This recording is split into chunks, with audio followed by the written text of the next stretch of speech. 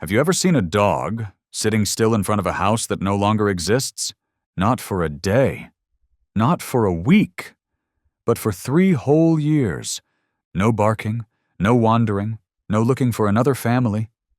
He just lay there, right where the front step used to be, eyes fixed on a road where no one passed anymore, as if he were waiting for something. Or more accurately, someone. How could an animal be that persistent?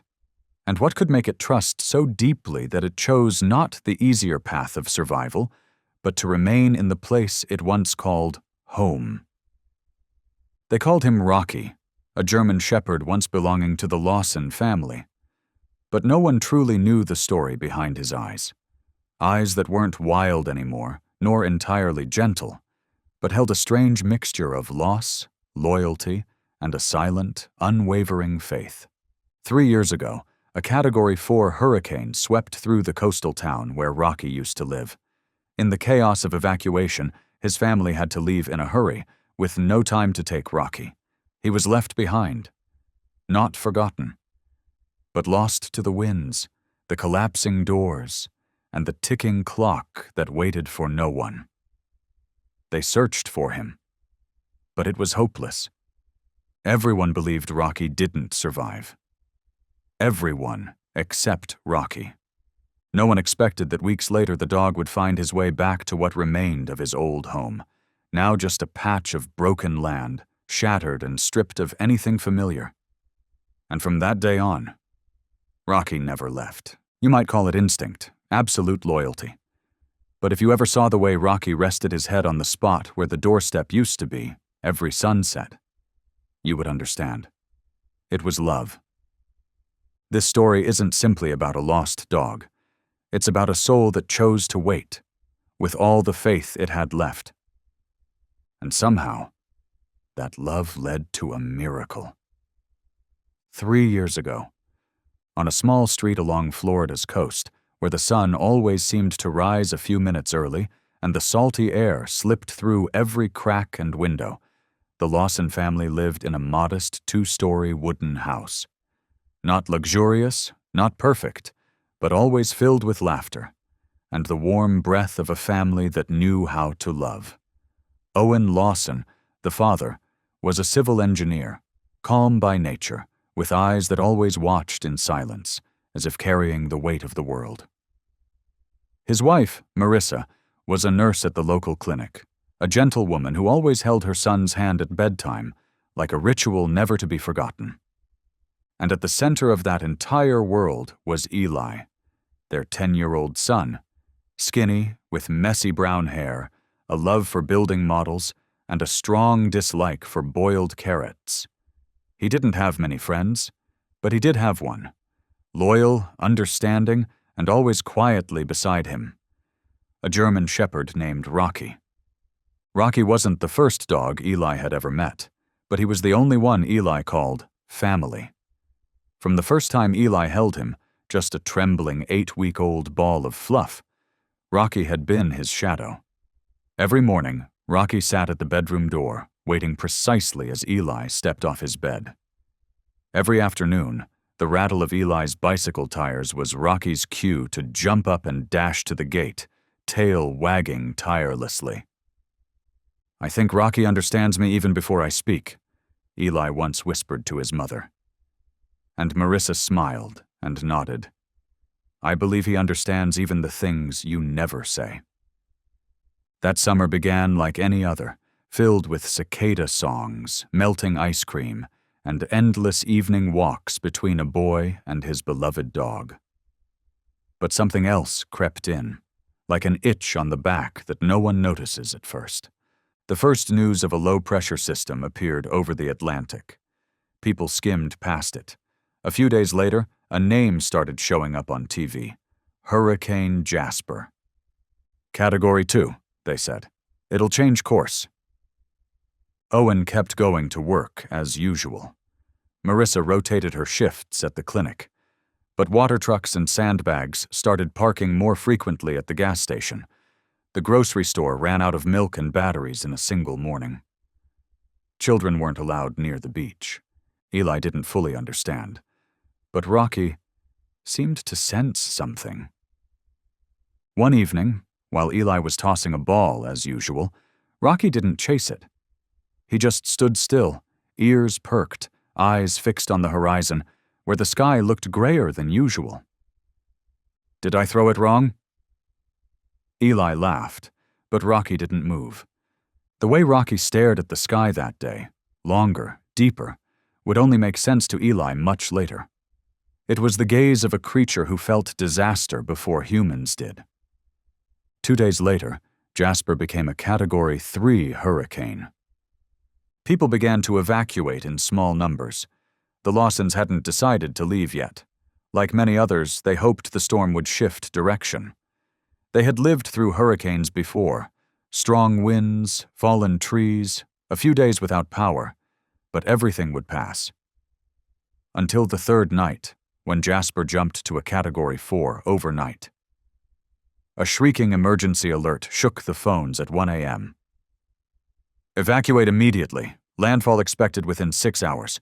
Winds may exceed 150 miles per hour." Owen jumped up. Marissa grabbed the suitcase. Eli was still asleep when the hurried voice broke through the darkness. "Wake up! We have to go now!" The whole family scrambled to prepare. Documents, essentials, medicine, dry food. Owen opened the car door under the pounding rain and wind. Rocky barked, not a joyful bark, but a primal howl, as if to say, something's not right. Eli wrapped his arms tightly around Rocky's neck. "Come on, buddy, let's get in the car." But just as the door opened, a violent gust of wind struck, strong enough to rip the umbrella from Marissa's hand. Rocky startled. He jumped back, ears up, and suddenly bolted toward the gate as if something was threatening. "Rocky!" Eli screamed and chased after him. But in the darkness of the storm, the boy's cries were swallowed whole. Owen managed a few steps before the ground slipped beneath him and the wind whipped across like a lash. They couldn't see Rocky anymore. Marissa grabbed Eli's hand and pulled him toward the car. "We have to go. He'll be okay. We'll find him, I promise." But in Eli's eyes, from that moment on, something shattered. The moment you're forced to leave, to survive, even when you know you're leaving a piece of your heart behind. No one knew exactly how far Rocky had run that stormy night. It might have been a few blocks, or miles. But when the first post-storm sun rose, faint and pale, as if afraid to witness the ruined world below, Rocky woke up in a drenched wild forest more than 2 miles from the neighborhood. He was trembling, his fur matted with rain and mud. His ears still rang from the deafening howl of the wind. Around him were fallen trees, twisted sheets of metal, shattered wood, the remains of dreams crushed by the storm. No Eli, no familiar voice calling. Only silence, the strange, heavy kind that follows nature's fury. He stood up, took a few steps, then froze. His rear right leg limped, a small wound from hitting a metal fence the night before. But Rocky didn't whimper, didn't howl, didn't cry for help. Instead, he sniffed the ground, turned his head, ears alert, and began to walk. Rocky didn't know what missing meant, but in his instinctive world, he knew one thing. He had to find his way back. Even if it burned, even if it fell, even if it disappeared, home was something that couldn't vanish from the heart of a loyal dog. He followed fading scents, crossed debris, crawled under torn fences. Sometimes he stopped at familiar turns, looked around, sniffed the earth, then continued on. He paused under a collapsed roof once, shivering in the cold wind, staring into the emptiness as if waiting to hear the familiar call. "Rocky, come home?" But no voice came, only the soft tapping of rain and the hunger creeping into every breath. On the second day after the storm, Rocky reached the boundary of the old neighborhood. But it was no longer the place he once knew. No more white-painted walls, No more scent of soap from the Lawsons' second-story window. No more purple orchids Marissa used to water every morning. Only shattered foundations, weeds sprouting between broken bricks, and a warning sign. Unsafe area. Do not enter. Rocky stopped in front of Lot 17, the place that used to be his home. He needed no street sign, no one to guide him. His body, his heart, remembered every tile, every step, every tree he had once sniffed each afternoon. And right where the front step used to be, amid the desolation and the wind, Rocky sat down. Days passed. The first person to see him was a power grid inspector. He spotted a dark figure sitting motionless in the rubble, thinking it was a carcass. When he got closer, Rocky stood up, backed away a few steps, didn't growl, didn't bark, just silent. And once the man left, Rocky returned to his spot and sat again. Night fell. No lights, no heater, no warm bed. But Rocky didn't leave. He curled into himself, back pressed against a piece of surviving wall, as if folding all the memories he had left into one corner of his body. Sometimes, in the middle of the night, he howled softly, not from fear, but as if calling for someone who could no longer answer. The neighborhood remained mostly empty. Many evacuees hadn't returned. But the workers clearing debris, engineers, volunteers, and aid staff began noticing Rocky's presence. Some brought food out of sympathy. He only ate after they walked away. They gave him a name, Ghost of 17. Not because he was frightening, but because he was there, yet seemed invisible, like a leftover piece of memory among everything that had been swept away. The first month passed, then the second. Every day, Rocky sat in the same place, eyes fixed on the road leading into the neighborhood, the road where the Lawsons' car used to come home each evening. People grew used to him being there, some called rescue centers, but every time someone tried to get close, Rocky would stand up, step back a few paces, and sit again, like a sacred rule he would never break. I'm still waiting, but not for you. No one understood why. No one knew what he was waiting for. But in those eyes, there was something too human to ignore, too loyal not to hurt. A dog who survived a hurricane found his way back to a place that no longer existed and chose to stay, not because it was safe, but because his heart could not walk away. And so, a quiet little legend began. Right in the middle of the wreckage, where a soul in the shape of a dog silently guarded memory. No one knew exactly when people stopped calling him a lost dog and began calling him Rocky, the old name, as if the place itself still remembered hearing it once. Maybe it was because of the words someone scribbled in marker on a utility pole. Rocky's still waiting? Maybe it came from stories whispered over morning coffee around town. That dog sits in the same spot every day. It's been 3 years. He's never left. The elders called Rocky the spirit of the old neighborhood. Children often stopped their bikes at a distance, watching him for a long time, too afraid to come closer. And those who had lived through Hurricane Jasper, they understood. Some wounds don't bleed, but they never heal. Season after season passed, and Rocky was still there. In spring, wildflowers pushed through the cracks between broken bricks, painting soft color over the ruined foundation. Rocky lay quietly in the grass, as if merging with the earth. Sparrows flew over his head, dropping white feathers on his back. In summer, sunlight filtered through the bent trees. Rocky often lay in the shadow of a half-broken oak, what used to be the Lawsons' backyard. He breathed softly, ears perking up at the sound of any approaching car. But he never ran toward them. He only watched. Then quietly returned to his spot. In autumn, fallen leaves blanketed his back, and the wind rustled through his increasingly coarse fur.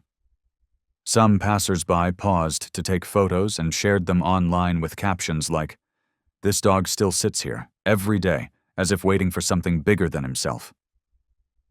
In winter, snow covered the abandoned lot in white. Rocky curled up beside the collapsed wall, shivering through freezing nights. A power line worker once left an old blanket for him and returned the next day to find it untouched, as if a silent refusal. "Thank you. But I'm waiting for something else." No one could talk to Rocky. He didn't growl, didn't bark, didn't charge at anyone. But he wouldn't let anyone come close either. If someone approached, he would stand up, take a few steps back, and sit again, right at the same spot, eyes fixed on the familiar road, the one where the Lawsons' car used to return every evening. There were nights when locals said they heard Rocky whimper, a brief, soft, heart-piercing sound, like a soul gently knocking on a door long since closed. The small coastal town, 3 years after the hurricane, had begun to recover, but not entirely. Some neighborhoods had been rebuilt with modern concrete, new utility poles, tangled cables. A small soccer field now stood where the town's oldest bakery once was. But some corners remained untouched, as if time itself refused to return. One of those places was Lot 17, where the Lawson family's house had stood. And there, as if etched into the land, was the figure of a German shepherd, sitting as still as stone every single day. No one called him a stray anymore. The locals knew his name. Rocky. The old nodded and said, "He's still there." The young whispered, "Every time I pass by, it feels like I'm disturbing someone who's hurting." No one could get close to Rocky, but no one had the heart to make him leave. Harper Lee wasn't born in this town. She was a freelance journalist from far up north, someone who often took on stories others found too small to publish or too sad to read. But Harper believed in untold stories because they were the quiet pieces that helped people believe in kindness again. This time, a friend had sent her a photo snapped through a car window. A dog sitting in tall grass, the ruins of a house behind him. No leash, no humans. She almost scrolled past it like she had many others. But what made Harper stop were the eyes. In the thousands of dog photos she'd seen, never once had she seen eyes like those, eyes holding something deeply human, deeply silent, and deeply stubborn. And so Harper came to the town, not for a headline, not for a contract, but because she felt she had to see that dog. Just once. The day she arrived, the sky was overcast. The wind wasn't strong, but it stirred the dry grass just enough. Her silver pickup truck turned into the old neighborhood, stopping some distance from Lot 17. Harper turned off the engine, didn't turn on the radio, didn't open the door right away. She just sat there, watching. Rocky was there, just like everyone said. He sat on a broken slab of concrete in front of a rusted iron gate nearly collapsed. Beside him stood a fragment of brick wall, worn gray by wind, sun, and time, like a nameless gravestone. Rocky didn't look at Harper, didn't glance at the car, didn't seem wary. He just kept looking down the road ahead, like someone replaying the film of their life, scene by scene, memory by memory, on an endless loop. Harper opened the car door. The metal hinge creaked in the wind. Rocky didn't move. 1 step, then 2. Harper walked slowly, her boots sinking slightly into the soft soil. She carried no camera, no notebook, no microphone. Just a human, walking toward something in pain. When she was about 20 steps away, the dog turned his head. No growl, no bark, just a gaze. Steady, deep, and absolutely lucid. That look made Harper stop. It wasn't a plea for help, nor was it reproach. It felt like a question. "Are you the one I've been waiting for?" a question that made her feel unworthy of taking another step. So Harper sat down, not any closer. She kept her distance, placed both hands on her knees and lifted her face to look at Rocky. She didn't speak. She just sat. One human, one dog, on the ground that once held a home. Silence. The wind swept by. A leaf drifted between them. Rocky turned his head away, his eyes returning to the old road. Harper felt as if she had just been forgiven, even though she hadn't done anything wrong. She pulled half a sandwich from her pocket, placed it on the ground, a few steps in front of her. Didn't call, didn't coax. Rocky didn't approach. But when she stepped back, he inched forward, cautiously, nose sniffing the air, then gently picked up the sandwich, carried it back to his place, took a bite, ate slowly, eyes still gazing into the distance. Harper didn't know why her throat tightened. It was just a dog eating a sandwich. But the way he did it, it felt like saying goodbye to a memory. An hour later, Harper left. But before getting into her car, she turned to look one last time. Rocky was still there, as if no one had ever come. But she knew. Something had shifted. That night, Harper didn't write a single article. She just stared at the photo on her phone, zoomed in on those eyes, and wrote one sentence in her travel journal. Sometimes, the quiet presence of a living being is the loudest voice for what has been lost. She didn't know it yet, but what she had just done, sitting silently beside pain, was the first act that began to stir a history that had remained still for 3 years. The next day, Harper came back. Earlier this time. No camera, just a small notebook, a pencil, and a flask of hot coffee. Rocky was there. Like yesterday. Like every day for the past 3 years. He didn't move when Harper approached, but when she sat down, same spot, same distance, he tilted his head slightly, casting a quick glance at her. A look with no suspicion, no alarm, just quiet acknowledgement. "You came again." Harper didn't say a word. She just sat there, took a sip of coffee, and looked out toward the road ahead. Then she opened her notebook, turned to the first page, and wrote, "Every story has a beginning, but this one began with waiting." After an hour, Harper stood. This time she didn't look back at Rocky. She simply stepped away, quietly, and began doing what she did best, searching for what the world had forgotten. The small town, 3 years after the hurricane, had changed its skin. The local cafe had tablets for ordering. The pharmacy had launched an online store. But one thing hadn't changed: the way the people here told stories when someone was willing to listen. Harper started at the auto shop near the gas station, where an old man sat on the porch every afternoon. His name was Mr. Tom, 72 years old, with hair white as the smoke from the cigarettes he lit daily, and eyes that weren't colorblind, but could tell apart a dog that once limped on its rear left leg. "You mean the dog at lot 17? He looked up from his newspaper. "I first saw him, probably the 2nd month after the storm. He limped, and then every afternoon I'd see him sitting there." 3 years, and he never left?" Harper asked. He nodded. "I used to think he was crazy, or stuck in some kind of memory loop, but every time I looked into his eyes, I saw something that reminded me of soldiers coming back from war.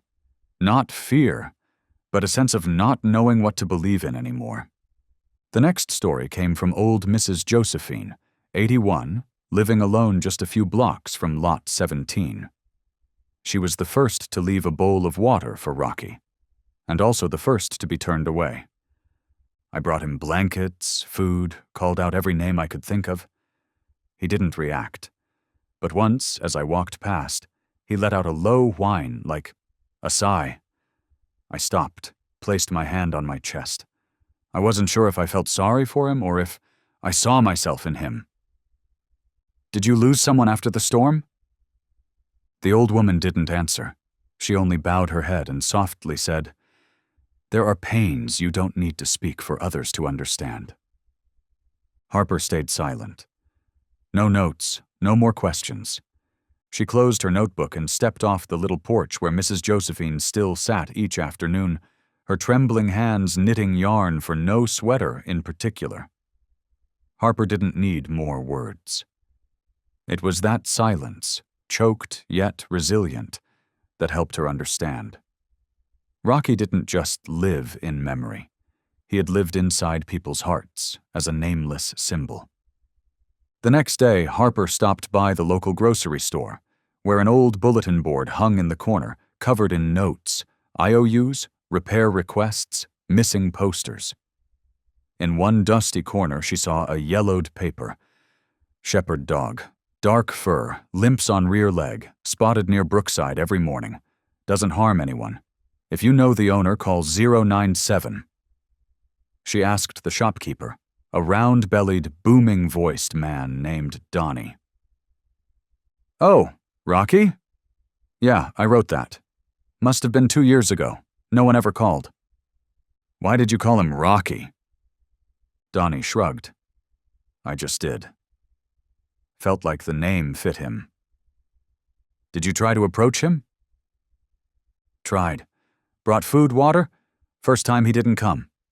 Second time, he stared at me for a long while, then walked away. After that, I just left water in the same spot every morning. Never saw him eat." But the food was always gone the next day. Back in her car, Harper opened her notebook and drew a pencil map.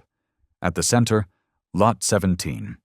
Surrounding it, Mrs. Josephine's house, the grocery store, the auto shop, the old library, the bakery. Each location a witness, each witness a piece of memory. Small, scattered, but all orbiting one presence. Rocky. She went to the old library next, where a high school girl named Anna volunteered to sort books. When Harper asked about Rocky, Anna's eyes lit up. "I know him. I often draw him in my sketchbook." Anna pulled out a thick sketch pad from her backpack, its cover plastered with stickers. Page 8, a sketch of Rocky lying on the ground, head resting on his front paws, eyes gazing into the distance. Page 11, Rocky sitting in the rain, soaked fur clinging to his body, blurred raindrops smudging into sorrow. Page 17, only a pair of eyes, canine, but with a trace of something human. "I've never owned a dog," Anna said, "but I don't know why. Every time I see him, I feel like someone is holding me still." The more Harper gathered, the more she felt this went beyond the tale of a dog waiting for his owner. Rocky wasn't just waiting for someone to return. He had unknowingly become an anchor for people trying not to drift away from life. She stopped by the abandoned church, where volunteer groups sometimes handed out blankets and meals to the homeless. A tall, gaunt man, known as Reggie, had slept near Lot 17 for a few months during the first summer after the storm. "That dog," he grinned, missing his front teeth. "He's got rules of his own. If you step past the drainage ditch, he backs up. If you stand still, he watches. Every morning he walks a loop around the broken oak tree, then sits down. Like he's patrolling the border of a spirit's territory." Harper asked, "Have you ever heard him bark?" Reggie shook his head. "Never. But honestly, I don't think he needs to. His silence is enough to make kids stop running when they pass by. Adults quiet their engines. He makes the whole old neighborhood remember how to be still." One afternoon, Harper sat in a cafe near the library, laptop open, trying to draft the article. But her fingers kept hesitating. Not because she lacked information, but because... How do you write about a dog that doesn't speak, doesn't react, doesn't act dramatically, but somehow touches the heart of an entire town? At that moment, a couple sitting at the next table turned to her. "You're writing about Rocky, right?" the woman asked. Harper nodded. "We once tried to take him in, 3 years ago, right after the storm. We brought a leash, food, warm blankets. But when we got there, saw him sitting like that, not afraid, not happy, but like he was guarding something. My husband said, 'We can't take him. He's not done yet.'" That evening, Harper returned to Lot 17. The sun was setting, casting a golden hue over the ruined landscape. Rocky was still there, head lowered, not looking at anyone. Harper didn't sit beside him this time. She stood at a distance, took out her phone, and pressed record. She said nothing. There was only the wind, the rustling of leaves, and the sound of silence echoing from the heart of a dog who had waited far too long. A question began to form in her, like ink bleeding into a page soaked with water. If an entire town remembers a dog, then who remembers him? The next day, Harper returned to the city archives, where the light was always dimmer than necessary, and the scent of old paper had seeped into every fiber of the filing cabinets. Janet, the archivist, wasn't surprised to see her. "I knew you'd be back," she smiled, handing Harper a faded list printed on dot matrix paper. Lost pets reported after Hurricane Jasper, year 2000X. There were over 200 names on the list. Harper sat at a corner desk, carefully scanning each line. Many names repeated: Shadow, Luna, Bella, Duke. Some had been marked recovered. Most had not. On the 6th page, she stopped. Rocky, German Shepherd, male, approximately 3 years old, Lawson family, address 17 Brookside Lane, reported lost August 28th. Notes not found. Owners relocated out of state. Below, written in red pencil, presumed dead, no further contact. Harper didn't gasp. She simply closed her eyes. She wasn't surprised. But something within her sank, like a truth too plain to be shocking, yet heavier than grief. Rocky hadn't wandered off, hadn't been abandoned, hadn't gotten lost. He had once had a family, a name, a voice that called him with love, arms he slept in. And when the storm took everything, he returned to the only place he'd known as home, and sat there for 3 years in wind and dust simply because he didn't know. No one lived there anymore. Harper flipped the report to the back. It listed the person who filed it. Marissa Lawson. Emergency contact, Owen Lawson, number disconnected. The email address was no longer valid. But Harper now had something more valuable: their full names and former address.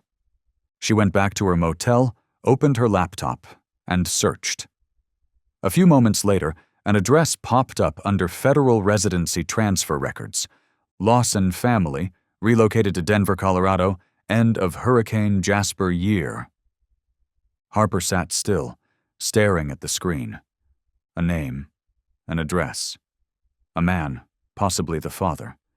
And if Rocky had once been their dog, then somewhere there was a child who had lost his only friend. She thought of Eli. His name wasn't listed in any records, but Harper's instincts told her. Rocky was not a guard dog, not a service animal, not a purebred trophy. Rocky belonged to a child, a true companion who walked beside him, slept at the foot of his bed, listened quietly to childhood sorrows no one else could hear.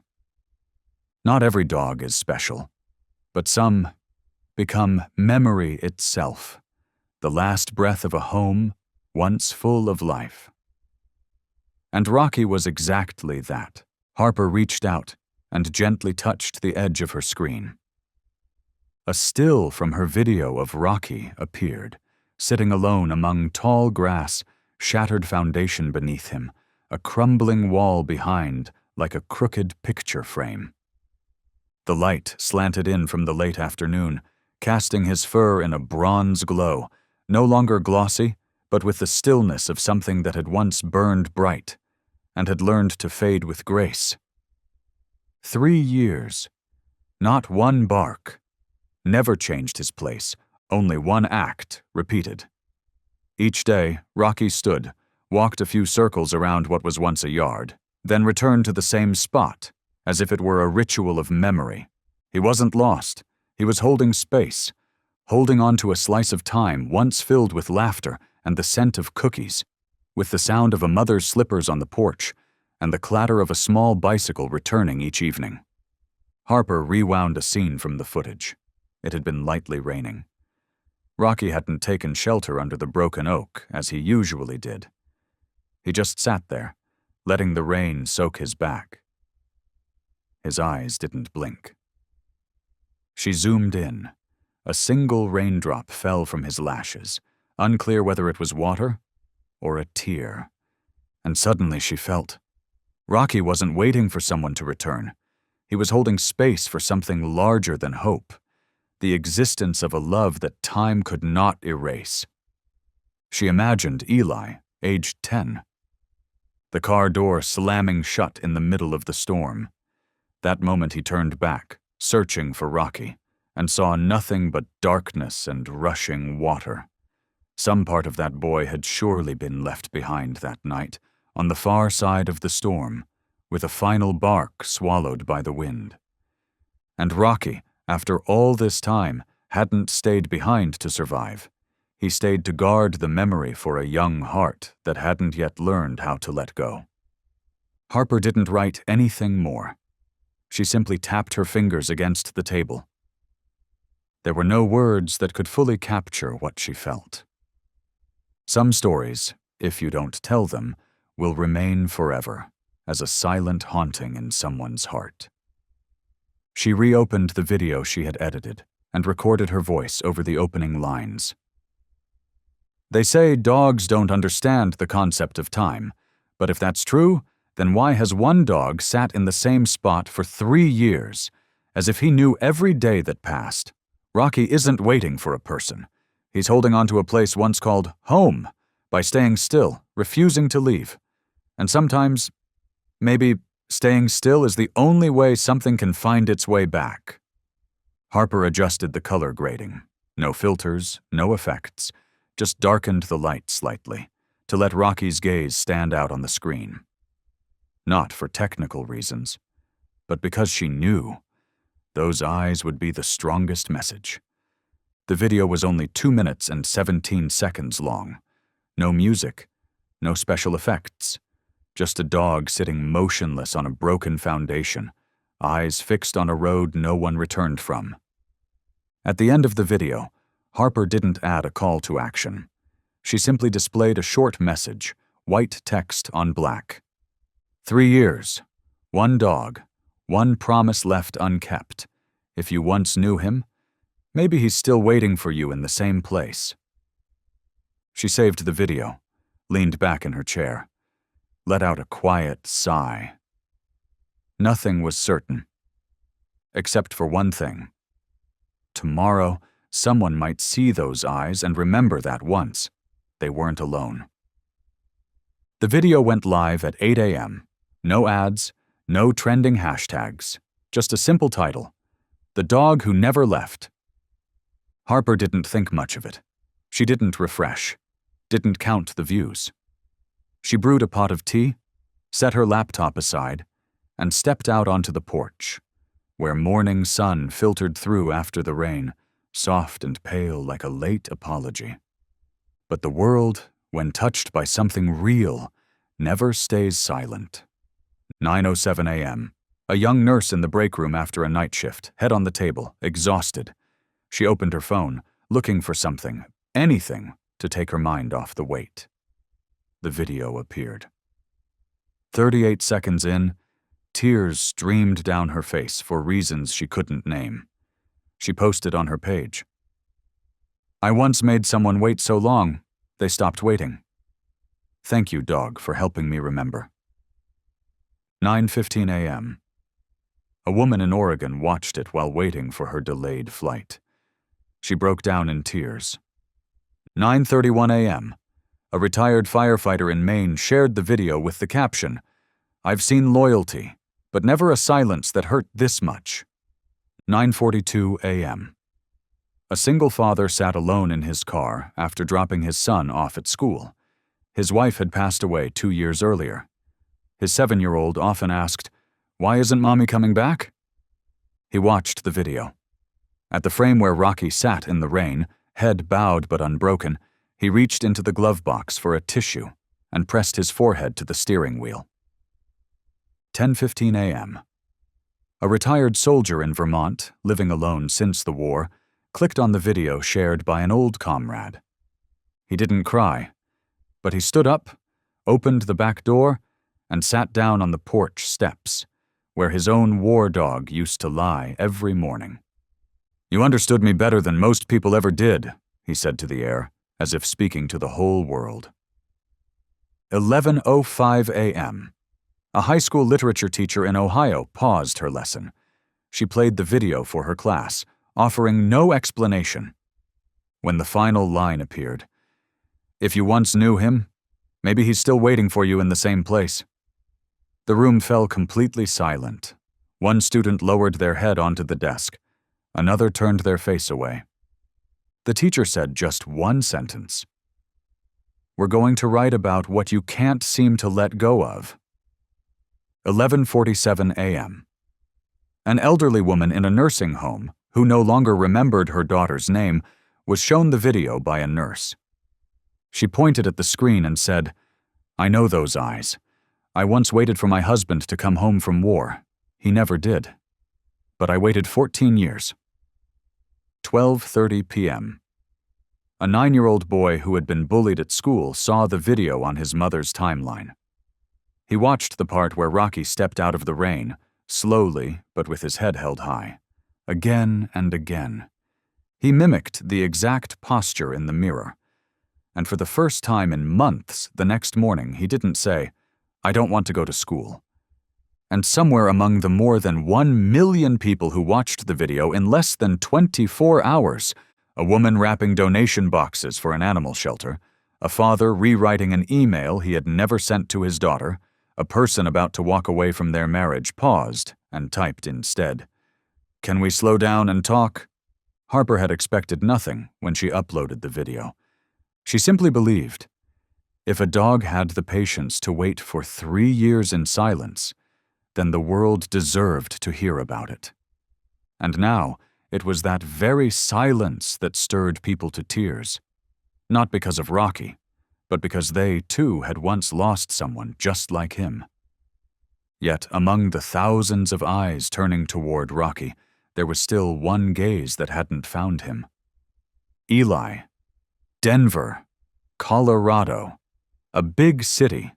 Tall buildings, endless traffic. The Lawson family's life had shifted into a new rhythm.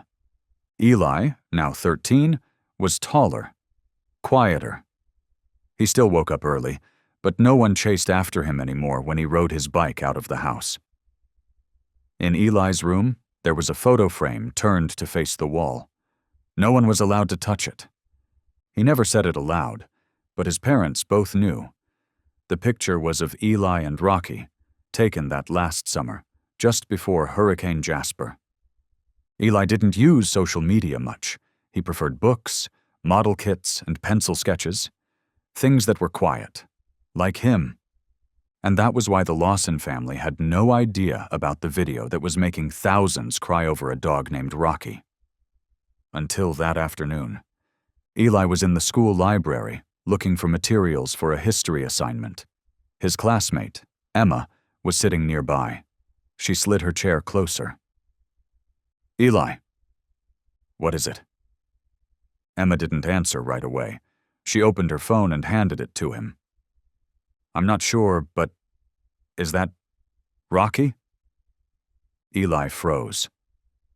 Not because of the name, but because of the image on the screen. A German shepherd sitting on bare cement, surrounded by tall grass, a crumbling brick wall behind him. No leash, no collar, just a pair of eyes looking forward, hollow yet filled with waiting. Eli didn't breathe. He stared at the screen, as if someone had tightened a string around his heart. Wait, go back to the start. Emma nodded. As the reporter's voice began, Rocky isn't waiting for a person. He's holding on to a place once called home. Eli reached out, held the phone, eyes locked onto every slight movement the dog made, every head tilt, every slow blink, the way his ears flicked when the wind stirred. All of it was painfully familiar. Inside Eli, a door opened. The smell of damp earth, the click of claws on wood floors, afternoons curled up against Rocky's back reading books, stormy nights under the blankets, hiding together, as if the world could be made safe again just by Rocky's breath beside him. He had never really said goodbye. Because that day, Rocky disappeared into the storm. And after that, no one ever found him. The family had to move. Everyone said the dog was gone. Eli didn't argue. But deep down, he always knew Rocky wasn't the kind of dog who would vanish without a word. Eli shoved his chair back. "Eli, what's wrong?" Emma called. He didn't reply.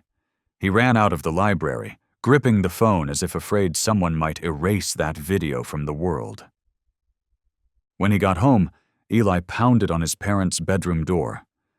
Marissa opened it, startled and concerned. "What's wrong, sweetheart?" He didn't speak. He simply held out the phone. She squinted at the screen, tapped play. By the time the video paused on Rocky's eyes, she dropped her hand to cover her mouth and stepped back. "Oh my God!" Owen stepped forward, looked over her shoulder. They both went still. Marissa cried first. Not loudly, just something breaking deep within. Eli sat down on the floor. His voice trembled. "It's really him, isn't it, Mom?" Owen didn't speak, but his eyes were red. He sat beside Eli, placed a hand on his shoulder, and gave it a gentle squeeze. "Yes, son. It's Rocky." The words fell like a blade, cutting the last thread holding Eli upright. He collapsed into his father's arms, sobbing, as if every piece of his childhood, long buried, could no longer stay hidden. Marissa knelt beside him, wrapping her arms around Eli, a trembling embrace, not to comfort, but to hold close the memories she had once forced herself to forget. Eli didn't cry out loud. He just sobbed in waves, his small shoulders shaking, as if trying to hold something together. I thought Rocky died. I thought it was my fault." Marissa shook her head, whispering, No, Eli, it wasn't your fault. It was me. I didn't go back." Her voice cracked, breaking like ice over a lake that had held too much for too long. Owen bowed his head. For the first time, the man who had held the family together through storms had no words left. In the living room, where Rocky had never returned, his presence suddenly filled the space. Eli remembered vividly. Rocky was always the first to know when Eli was sick. Even when he'd only sneezed twice, Rocky would lie beside him, head resting on his leg, eyes never leaving his face. Rocky once retrieved Eli's missing shoe from the yard and placed it right next to the other, as if tidiness was sacred in his dog world. Rocky had barked just once when Eli fell off his bike, not to call for help, but to say, "Don't give up. I'm here." Marissa suddenly stood, walked into the storage room. She opened the deepest drawer, the one she'd promised to sort later, and never touched again. Inside, a worn leather collar. Still attached, a faded tag. Rocky, if found, please call the phone number was no longer in service. Next to it, an old photo. Eli hugging Rocky, his cheek smeared with ice cream. Rocky licking his ear. Both looking into the camera with that unguarded joy. The kind of light only childhood knows, untouched by the word loss. Marissa brought the photo out, handed it to Eli. He didn't speak, just took it, and gently brushed his fingers over Rocky's image. He waited. 3 years, Eli whispered. The Lawson home suddenly felt smaller, as if the 3 people inside it no longer had enough space to hold all the things they hadn't done in time. No one said it out loud, but the shame was visible in every movement. Marissa walked around the kitchen, turning the stove on and off, as if she wanted to cook something for Rocky. Then realized it had been 3 years since she last believed he was still alive. Owen opened his phone, scrolling through a long list of old calls, but not once had he tried dialing the local rescue hotline from their former town. Eli opened his closet and pulled out a yellow hoodie, the one Rocky used to gently tug at the sleeve whenever Eli wore it the wrong way. The wind outside whispered through the windows. Night had fallen. The clock struck 9:17. No one made a suggestion. But Owen stood up, headed to the garage, and opened the car trunk. "Let's go," he said. Marissa nodded, her eyes red. "Let me pack some water and food." Eli didn't wait for his parents. He had already put on his coat, holding the photo against his chest. They didn't know what time they'd arrive. Didn't know if Rocky would still be there, didn't know if he'd remember them, or if he'd become part of the earth by now. But they knew this. They couldn't stay here another night, while he was still out there, sitting in silence, waiting. On the highway, the amber streetlights stretched like cracks in time. Eli leaned his head against the window, eyes fixed on the darkness. Inside him stirred a vague, powerful feeling. He wasn't going back to find Rocky. He was going back to find himself. The part left behind in that storm years ago, with a bark no one had heard. Ahead, the car sped forward in silence, like an unspoken apology. Behind them, a dog still hadn't left his place.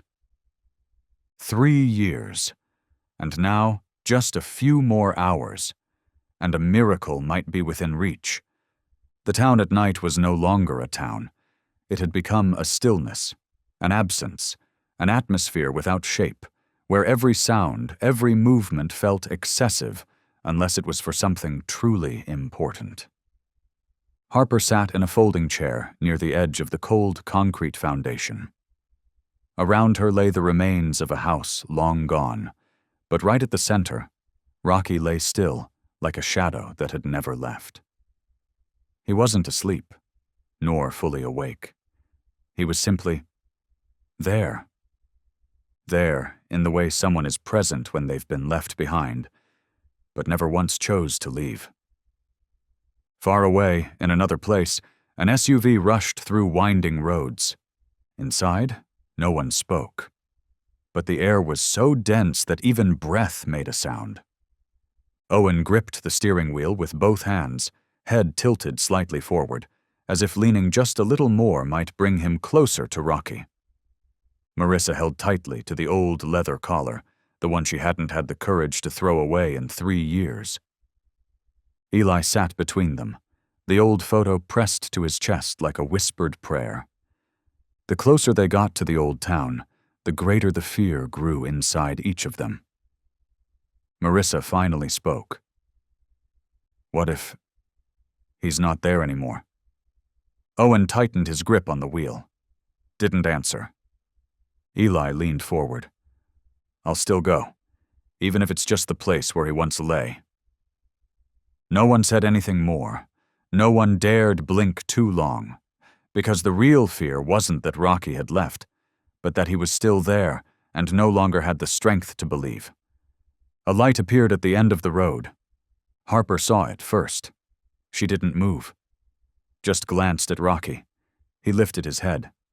Not hurried, not alert, just the kind of lift that came from a soul who had watched thousands of headlights pass, only to fade away again.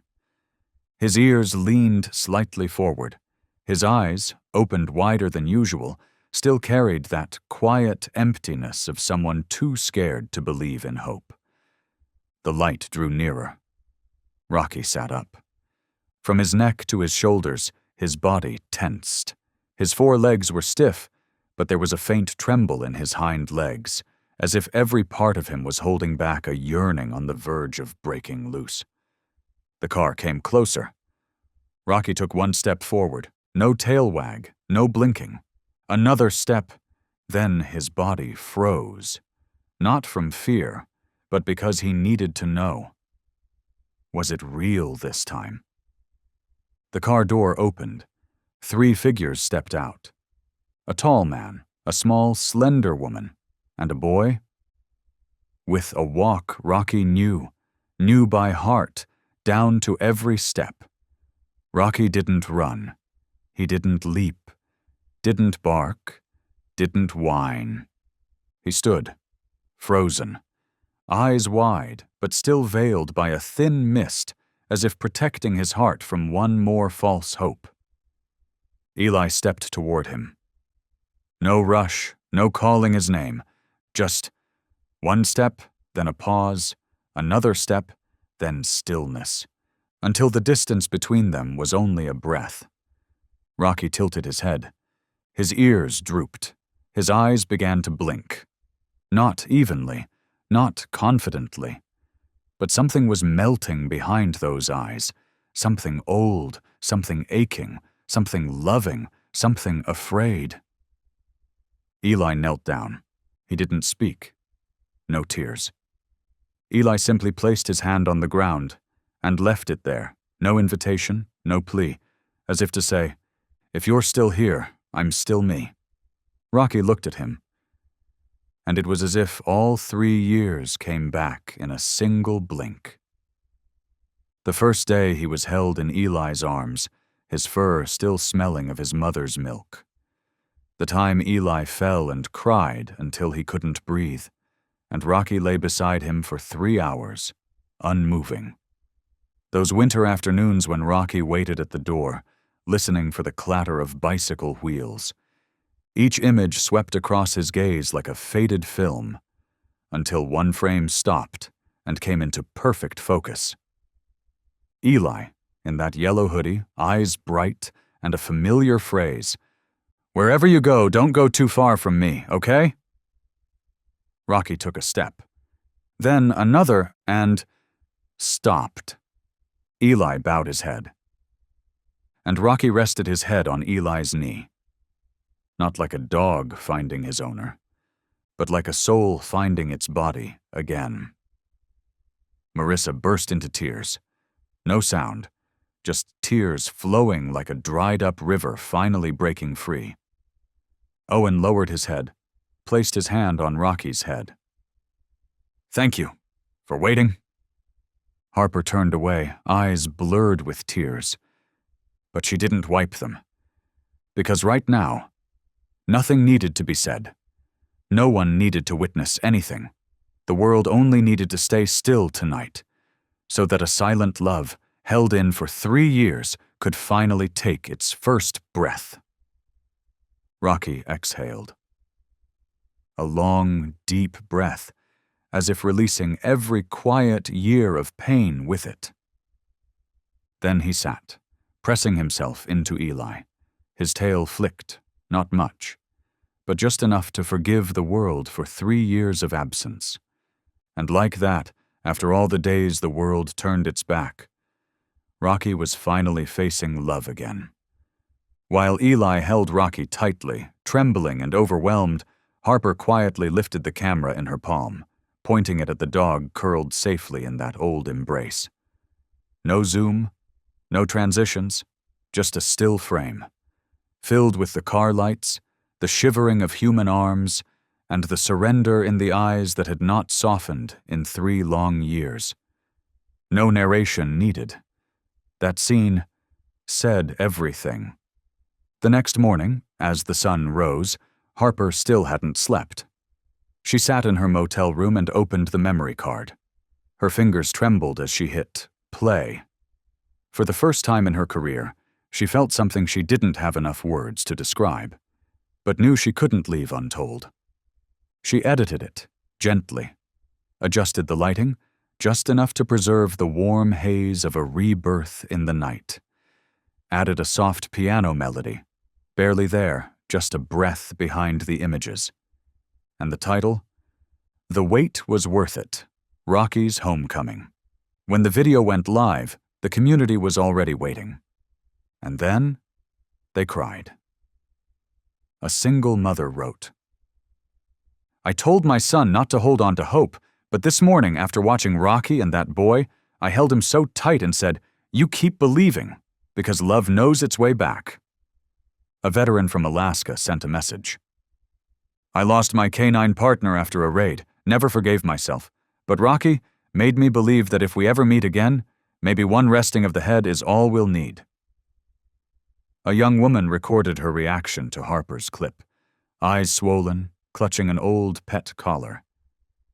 Every time Rocky looked down that road, I saw the hallway of my house, where my cat used to wait for me every night. Harper read every comment. But the one that struck her the most was from a man who wrote, I've never owned a pet, but Rocky reminds me of my father, who sat at the train station for 14 years, hoping my mother would come back. She never did. But when he passed, he was still smiling. Eli didn't know how far the video had reached. He only knew that when they got home, he opened the car door slowly and looked at Rocky. The dog no longer looked lost, but he wasn't rushing either. He sniffed the air outside the yard, ears gently folded, eyes scanning. Eli didn't push him. He just sat down on the porch and waited. After a few minutes, Rocky stepped out of the car, each step cautious, as if remeasuring the world itself. Harper filmed until the very end, when Rocky stepped through the threshold, paused at the doorway, and gently raised his head, as if asking, Am I allowed to stay again? Eli smiled, patted his chest. You don't have to ask. This is still your home. Rocky walked in. After Harper posted the second video, people didn't just feel moved. They acted. A veterinarian in Chicago offered Rocky lifetime medical care for free. A senior dog rescue organization received nearly $8,000 in donations within 12 hours, thanks to the video Harper had linked in her post. A group of elementary students launched a Waiting is Never Wrong Day, writing letters to local shelters, pledging to wait for the right four-legged friend. That night, Harper sat alone in her motel room, replaying Rocky's video once more. The image of him resting his head on Eli's lap, eyes half closed, but his lashes still wet. Harper suddenly remembered a quote she once read. Dogs don't need to know they're loved. They just need to be in the right place. She typed a new caption and uploaded it with the video. Thank you for teaching us that waiting doesn't make anyone weak. It only proves that heart never truly turned away. Rocky was now asleep at Eli's feet. Every time Eli left the room, Rocky would lift his head. But the moment Eli returned, just one gentle touch on the shoulder, and Rocky would sigh, then drift off again. 3 years weren't a price Rocky had to pay. They were the time the world needed to relearn how to love someone who never spoke. And now, even though the scars hadn't fully healed, Rocky had been touched by a million invisible hands. Not through hugs, but through understanding, and the eyes that finally turned back to what they once forgot. Back in Denver, Rocky wasn't the same. He didn't run into the yard like in heartwarming movie endings. He didn't bark, didn't wag his tail, didn't sprawl out in the living room like nothing had happened. Instead, Rocky moved slowly, his paws touching the tiled floor as if walking across frozen water, testing every step. As if this house was a trap, and warmth might collapse at any moment. Marissa had set up a corner of the house, placing his old dog bed, brought in from the garage. She laid down the soft fleece blanket Rocky used to drag into his corner. Eli placed an old rubber ball beside it, worn at the edges but still showing the imprint of Rocky's teeth. Rocky looked at everything, but didn't come closer. He chose to lie near the door, where he could hear the sound of cars outside, feel the cold wind slip in through the cracks, just like the nights he'd curled up beside broken brick walls beneath a lonely tree for 3 years. Eli didn't speak. He just quietly laid a blanket by the door and sat next to Rocky. The first night passed like that. No barking, no sighing. Just 2 figures lying side by side, a boy and a dog, both unsure if they truly belonged to each other again. On the second day, Rocky didn't eat. Owen placed his favorite, steamed chicken, in the old ceramic bowl. Rocky approached, sniffed gently, then turned away. Not because of an unfamiliar smell, but because he was used to eating only when no one watched. To swallowing in silence, in the dark, where he wouldn't have to worry about being forced to leave mid-meal. Marissa played soft music while making breakfast, a classic jazz tune. The saxophone started, and immediately Rocky flinched. He jumped up, backing into the corner, eyes wide. Owen turned the music off instantly. Marissa clenched her hands, biting her lip. "It's just music, Rocky, just music." But to Rocky, any sound louder than breathing was a warning. For 3 years, silence had been his only trustworthy companion. He had survived not by living, but by making no sound. That evening, Eli invited Rocky outside. The moon was up, the sky partially clear. Eli held the leash, but didn't clip it to Rocky's collar. Just kept it in his hand. "Do you want to go into the yard?" Eli asked gently, his voice soft, as if afraid to disturb the fragile balance between them. Rocky stood at the threshold, ears perked, eyes scanning the patch of grass. He wasn't afraid of open spaces. He just didn't trust that they would remain safe. He stepped forward. 1 step. Then looked back at Eli. Eli nodded. "I'm right here." So Rocky moved forward again. 3 steps.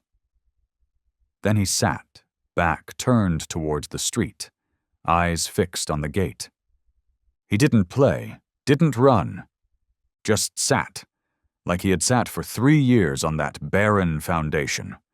Harper, still texting occasionally with Marissa, sent one quiet message. 3 years living like a ghost. It'll take a long time for him to believe he's real again. There were moments when the entire Lawson family looked at Rocky and saw themselves. A family that had once fractured, had once told themselves, "We have to keep going," only to realize they'd merely been surviving around a void they never dared name. Rocky was that void. A figure they thought was lost, now returned, but not in the way happy endings in fairy tales promise. That night, Eli wrote in his journal, "Rocky still hasn't looked at me for more than 5 seconds, but he stayed. And I think, for a dog who waited 3 years, staying for 1 day is already a miracle." For 3 nights straight, Rocky didn't sleep inside the house. Eli often woke in the middle of the night and found him lying right by the door, eyes open, unmoving. But on the 4th night, when Eli jolted awake at 3 a.m., Rocky wasn't by the door. Eli's heart pounded. He turned on the light.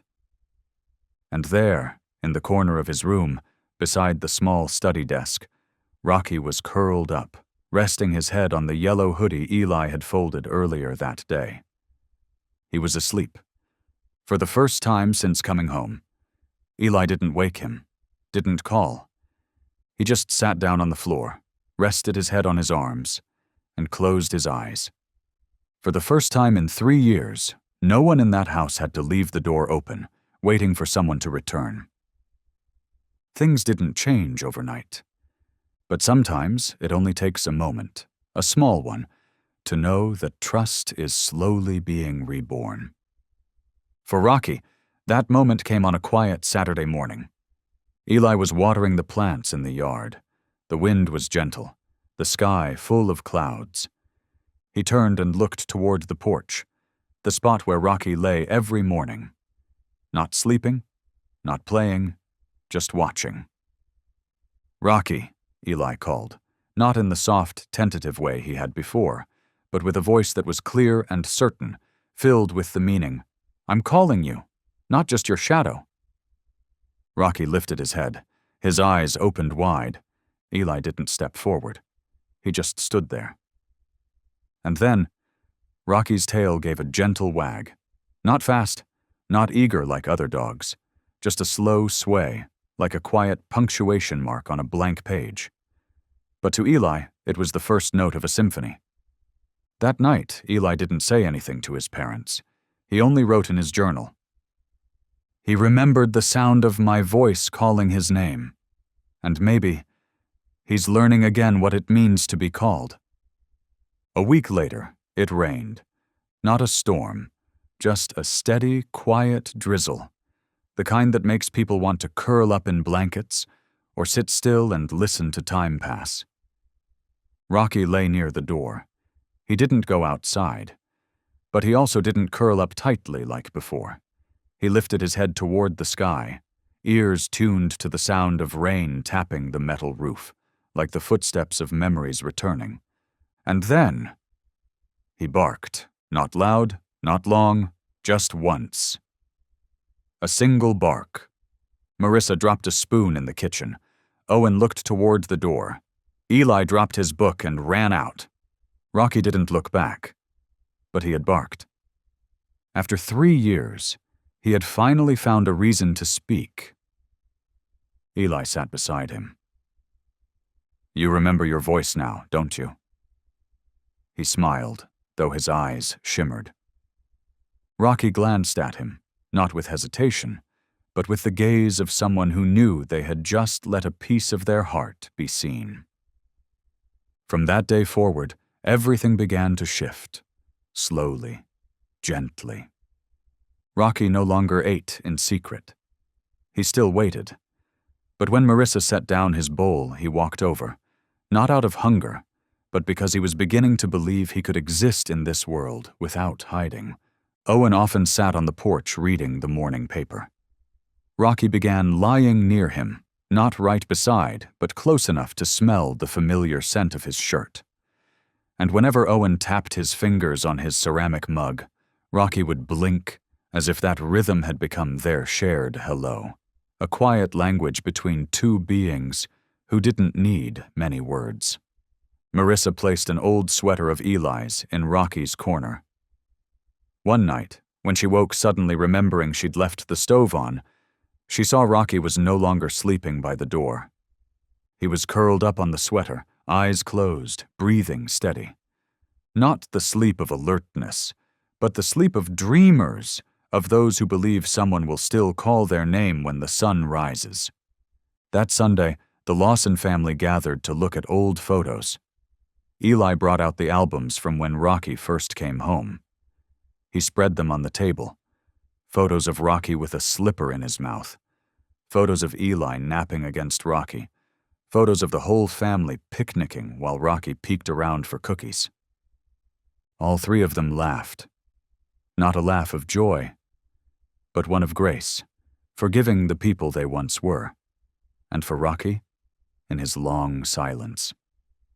Rocky slowly walked into the living room. He looked at the three of them. At the couch, once forbidden to him. At the large framed photo, 3 people, 1 dog, and a piece of sky that no longer existed. And then, no one called. No one gestured. Rocky stepped forward and climbed onto the couch. He didn't lie on the cushions. He just sat, between them, tail hanging over the edge, eyes fixed on the photo. Eli wrapped his arms around his neck. Owen placed a hand on his back. Marissa leaned into Owen, resting her head on his shoulder, one hand gently touching Rocky's spine. No one said, "Welcome back." They didn't need to, because Rocky had chosen to come back, not as someone called home, but as someone who decided to stay. Harper reread the last message from Marissa, Tonight, Rocky sat between us. No one taught him to do that. He chose to. Harper smiled, and in her heart echoed a line she never wrote down. Some cracks can only be healed by time, but some hearts only need a hand that doesn't pull away. Rocky didn't change overnight. No one expected him to, but none of them realized how heavy his silence had been. As if every breath he took had to be approved by memory. As if, just to touch a hand, he had to cross through 3 years of dust and doubt. Every meal was a test. At first, Rocky kept his old habit, only eating when no one was watching. Marissa would place the bowl down and retreat to the kitchen. Only when footsteps disappeared would Rocky approach, hesitantly, head low, ears back. Even the faintest clatter of dishes could send him retreating to a corner. Owen suggested moving the bowl near the door, where Rocky had spent those 3 years. But Marissa disagreed. If he wants to live again, he has to learn to eat as part of the family. She didn't force him. She simply sat farther away each day. And every time Rocky ate, she would lower her newspaper, glance from the corner of her eye, then look away, as if giving him space to choose trust freely. A week later, in the early morning when the house was still quiet, Marissa discovered the food bowl was completely clean. No drag marks, no crumbs left on the floor, just the quiet of an action no longer bound by fear. That night, Eli tried gently placing his hand on Rocky's back as he lay by the door. Before, Rocky would flinch, pull away, even growl softly. Not out of aggressions, but instinctive defense, survival reflex. But that night, when Eli's hand touched the thick fur, Rocky didn't move away. Not immediately, not completely relaxed. But his eyes no longer widened in alarm. Eli kept his hand there. For seconds. Then minutes. No stroking. Just presence, a way of saying, "I'm here, no pressure, no leaving." Rocky's breathing stayed steady, and for the first time, Eli heard a soft sigh, not of exhaustion, but of release. One day when Eli got home from school, Marissa had just stepped out from the kitchen when she froze. In front of Eli's bedroom door, Rocky wasn't lying there, not on the doorstep, not outside. Marissa grew worried. She searched the house, checked the backyard, called his name. No sound. Until she stepped into Eli's room and saw Rocky curled up on the old bed Eli had set up again the week before. No one told him to go there. No one called. No commands. Rocky had chosen to walk in, to place himself where he once belonged. Not because it was a bed, but because, deep inside, the feeling of staying had become stronger than the instinct to hide. Eli walked in after his mom. He didn't do anything, just quietly sat down by the bed. Rocky looked at him for a few seconds. Then, laid his head on the small pillow and closed his eyes. That night, Eli wrote in his journal, "No one led him to the bed. No one made him stay. But he chose to be there. And I think, in a world that once made him wait outside the door, being allowed to choose where to lie down means more than any gift ever could." He no longer looked toward the door whenever there were noises outside, no longer shrank away when Eli reached out. He began to relax, not in the carefree way of most dogs, but like someone who had stood in storms and now dared to sit without clutching his coat. And those first steps, eating meals on time, not avoiding hands, lying on his old bed, they weren't things made to go viral, not loud like trending clips, but to the Lawson family, they were the quiet milestones of a true homecoming. There are nights so peaceful you forget that peace was ever a privilege. That night, the Denver sky was clear as glass, a full moon, a crisp chill. The Lawson family had just finished dinner. Eli sat reading, Rocky at his feet, head resting on the small cushion beside the couch. Everything felt unbreakable, until the first firework exploded. A loud boom tore through the sky, echoing with a deep, resonant rumble. Rocky shot up like an arrow, ears rigid, eyes wide, not understanding, not controlling, only knowing. That sound once meant loss. He turned and bolted for the front door before anyone could stop him. "Rocky," Eli called, but not with a scream. He stood, grabbed his jacket, and ran after him. Owen and Marissa rushed to the porch, only to see two shadows, one running, one following, disappearing into the dark. "Don't let him get lost again," Marissa whispered, like a prayer caught in a choking throat. Rocky dashed across the lawn, through the open gate, past the streetlight, fleeing a nightmare with no shape, no direction, no destination. Only one thing was clear: get away from that sound, the echo of the storm, the night of abandonment. 3 years of silence and hopeless waiting. Eli chased after him, but didn't shout. He knew Rocky didn't need orders. He needed an anchor. "Rocky!" This time his voice was calm, as if calling back a memory, not just a dog. Rocky halted. His paws touched cold concrete. His eyes scanned, saw nothing but dim lights and the noise swelling behind. His back arched, trembling, ears flattened. Eli stopped, didn't approach. He sat on the ground, panting, eyes never leaving Rocky. "No one's going to grab you," he said. "No one's leaving again. But you have to choose." Rocky turned his head. Not all the way, just a glance. His eyes no longer panicked. They were weighing. Considering. Another firework burst. Rocky flinched. His legs took half a step back. But then, he saw Eli, still sitting, still waiting. That moment stretched like time itself had stopped. No more fireworks, no more footsteps. Only 2 pairs of eyes, one calling home, the other deciding. Rocky inhaled.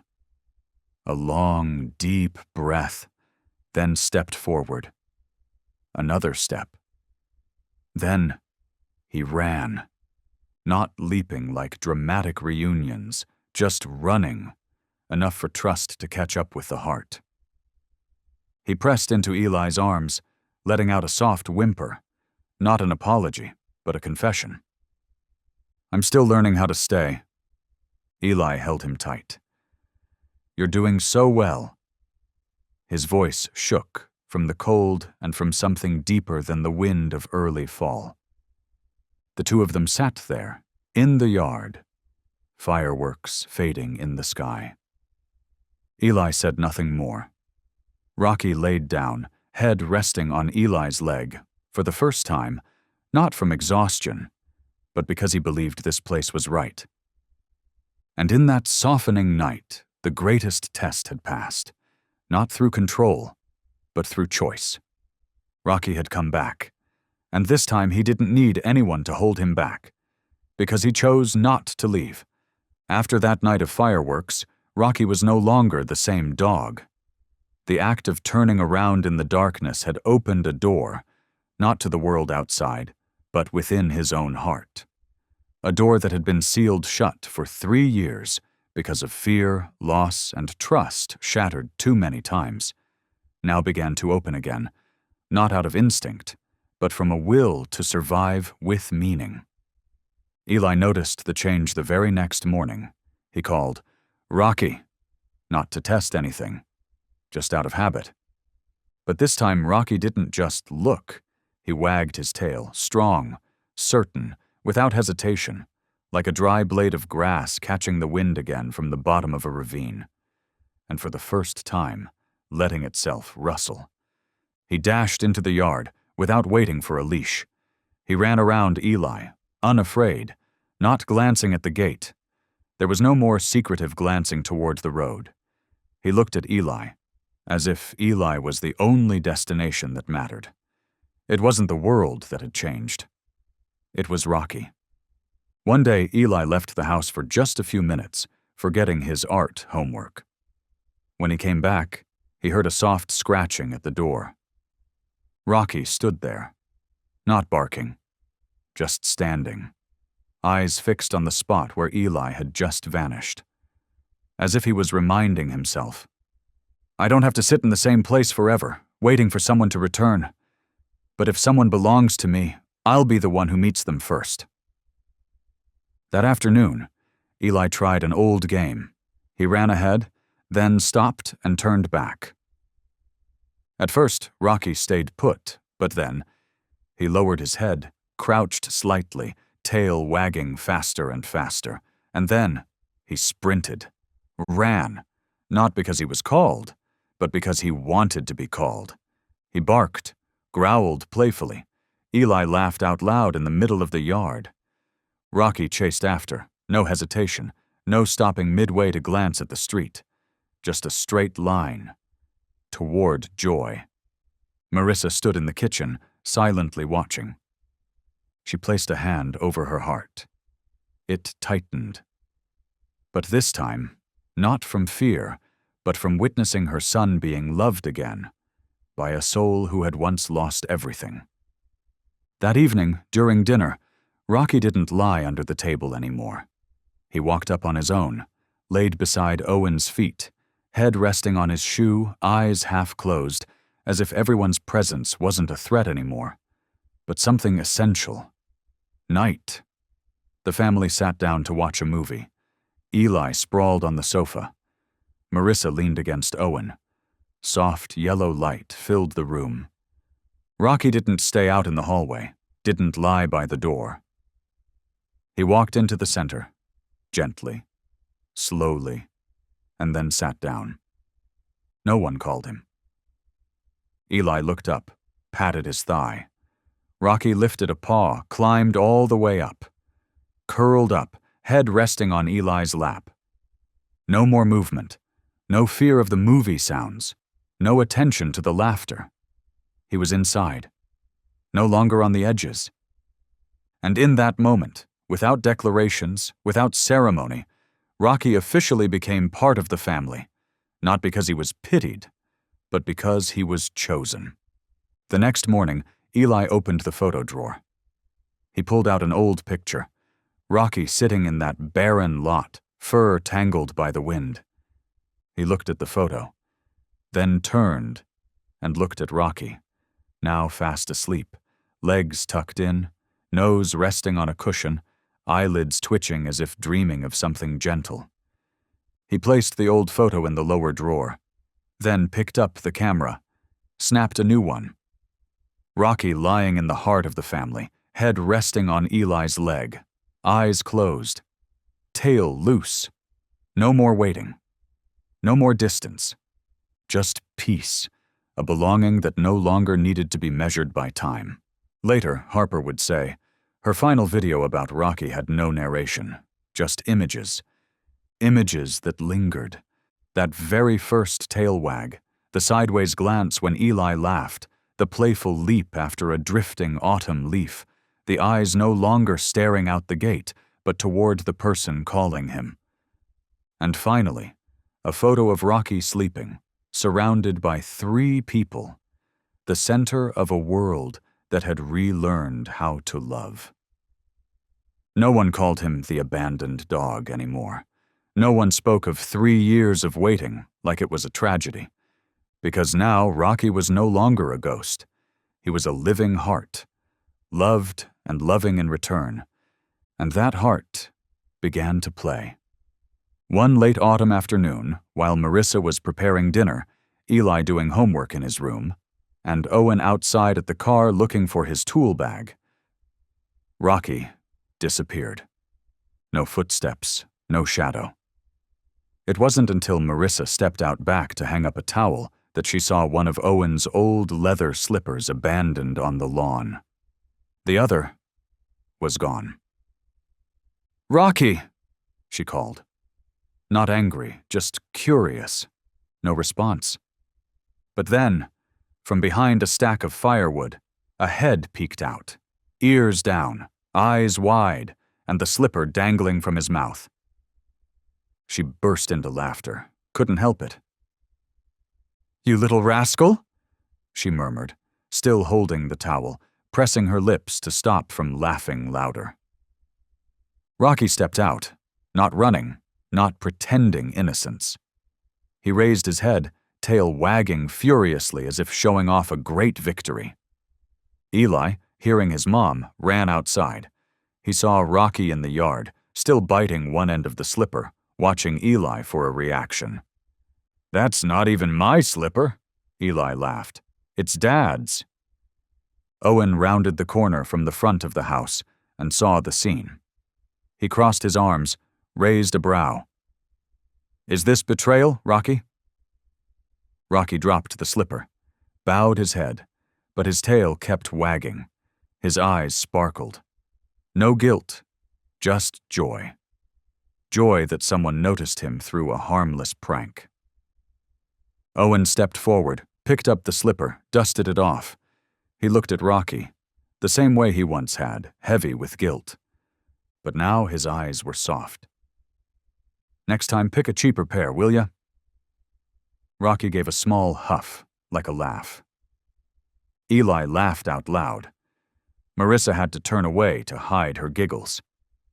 And in that moment, every crack in the Lawson family seemed to mend, sealed by a silly prank and a wildly wagging tail. Rocky flopped down onto the grass after completing his mission, tongue lolling, panting hard. Eli sat beside him, scratching behind his ears. "You're still the biggest troublemaker in the house." Rocky lifted his head, licked Eli's hand. No one had to teach him how to play anymore. Now he knew that joy didn't have to be hidden, and love never needed to be feared again.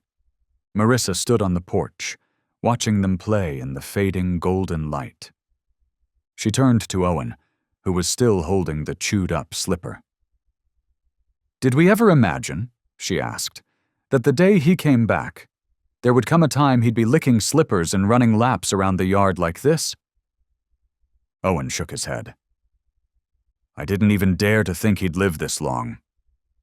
Marissa took her husband's hand. "And now, he's not just alive. He's joyful." Her voice softened, but her eyes drifted slightly, gentle, yet certain. A memory returned. The small wooden tray in the corner of the office closet. The one no one had opened for 3 years. Not because they forgot, but because they were afraid to remember. The next morning, Marissa opened that cabinet. Her hand touched the dust-covered cloth. She lifted a small wooden box.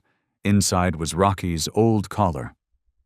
The leather had faded, the buckle slightly rusted, and the metal tag engraved with Rocky was scratched from countless adventures.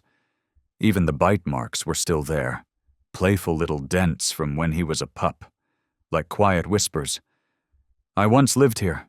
I once belonged here." Eli was sitting on the porch, reading. Rocky lay beside him, eyes half closed in sleep. Marissa stepped out, the collar in her hand. Both Eli and Rocky looked up.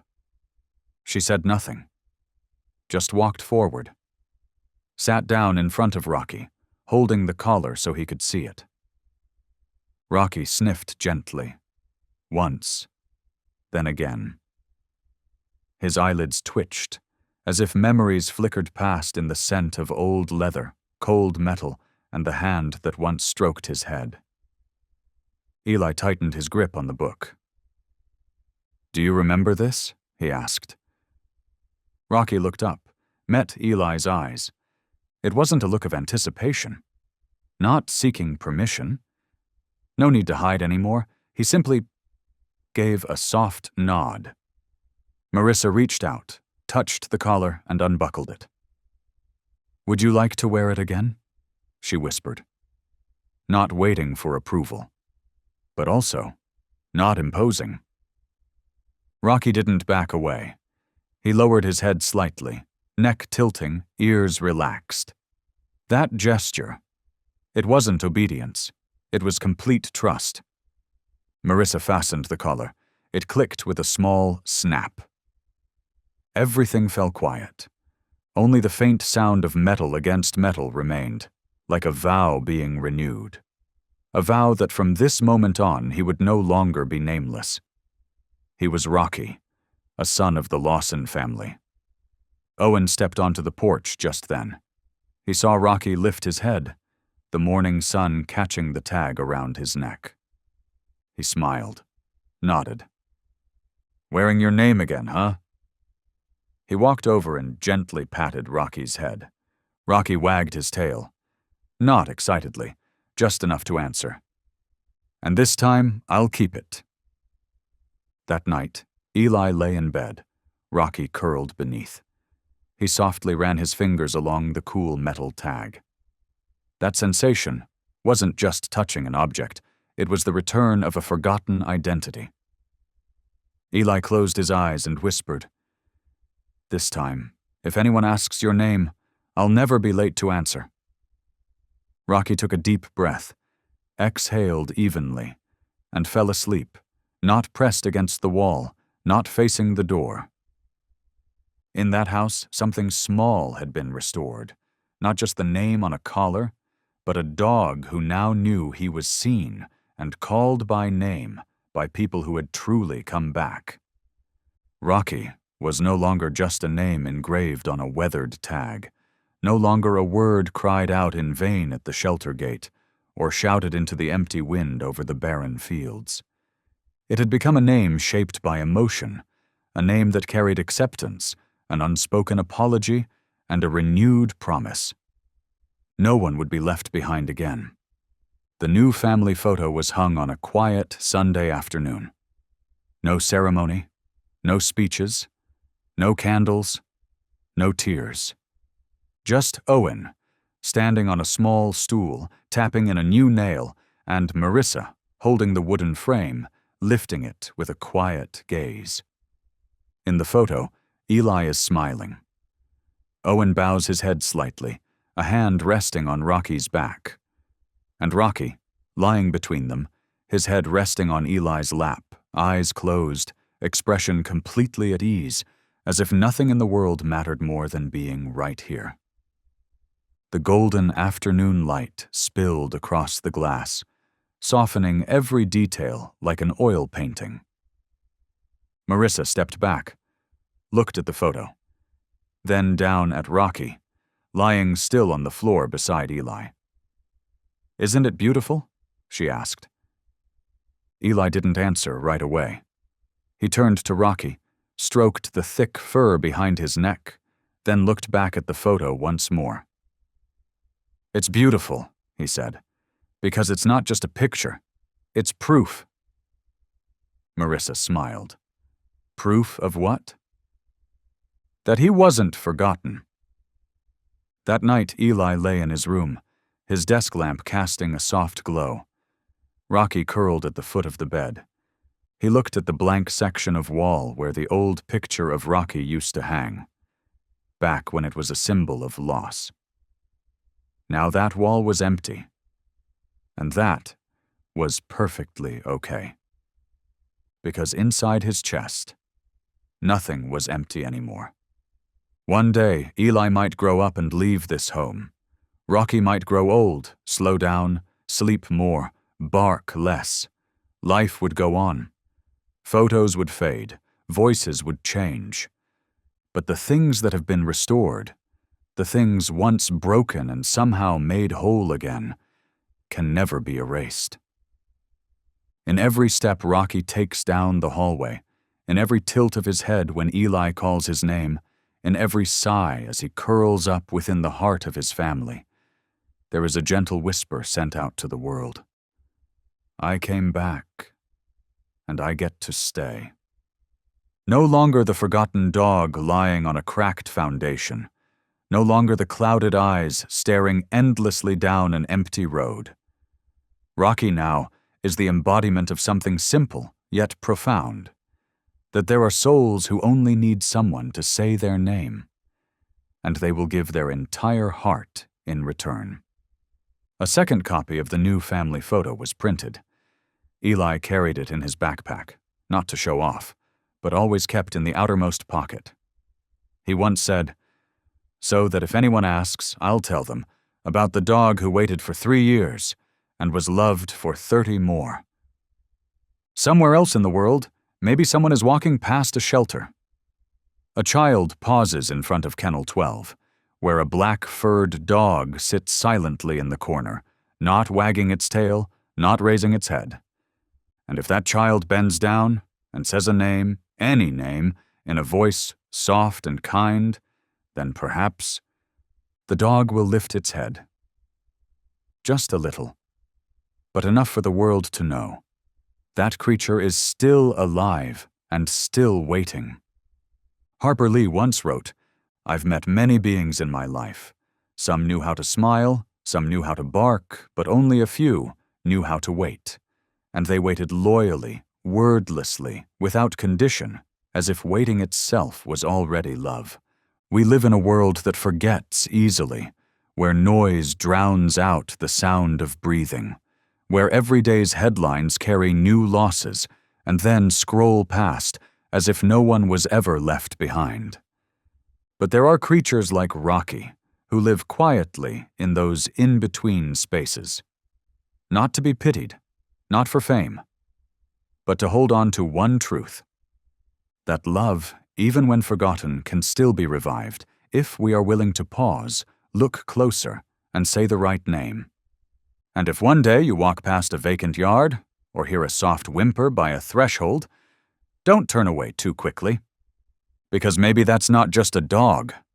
Maybe it's your chance to rescue a soul and reclaim the gentle part of your own heart. Because this world doesn't lack loyal beings. It only lacks the hearts patient enough to turn back, to sit down and say, "Dash. I see you now. I'm not leaving anymore." Rocky doesn't need another video. Doesn't need to be called a legend. He just needs a home, a name spoken with kindness, and a place to lie down, knowing he no longer has to wait.